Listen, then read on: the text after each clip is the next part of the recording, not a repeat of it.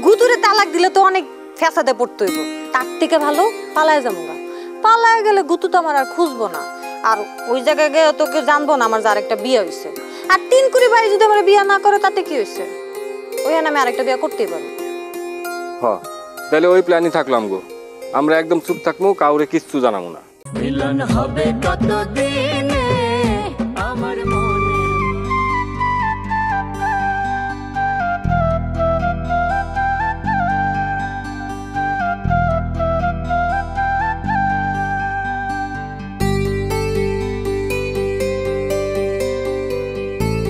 আচ্ছা তুমি কেমনে কৈতুরি বুল লোকে সংসার করবা যেখানে 3 কুড়ি ভাই পারতাছে না?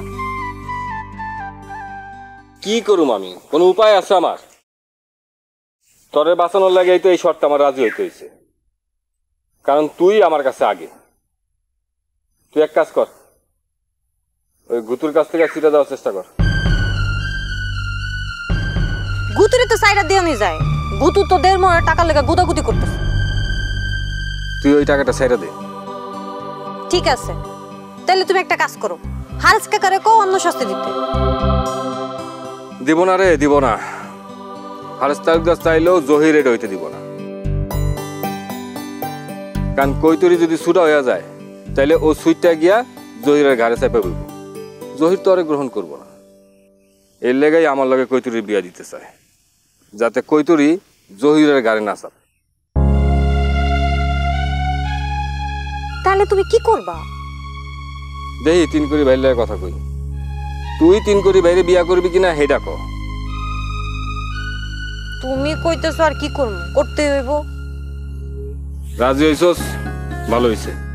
তাহলে এক কাম করি, 3 কোটি ভাইরে আমি কই যে কৈতুরি রে এখনই সে যেন না ছাড়ে।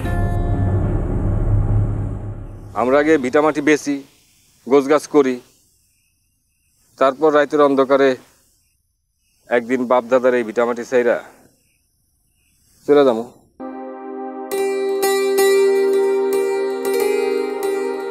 আর 3 কোটি ভাই যদি কৈতুরিরে না ছাড়ে তাহলে তো আর আমার বিয়া করতে হবে।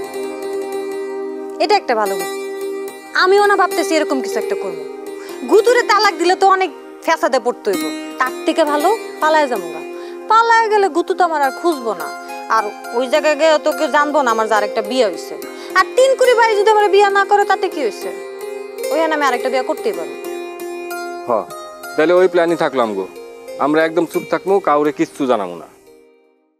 হ্যাঁ, তুমি 3 কুড়ি ভাইয়ের লগে কথা কও। কইলাম তো কমু, যা।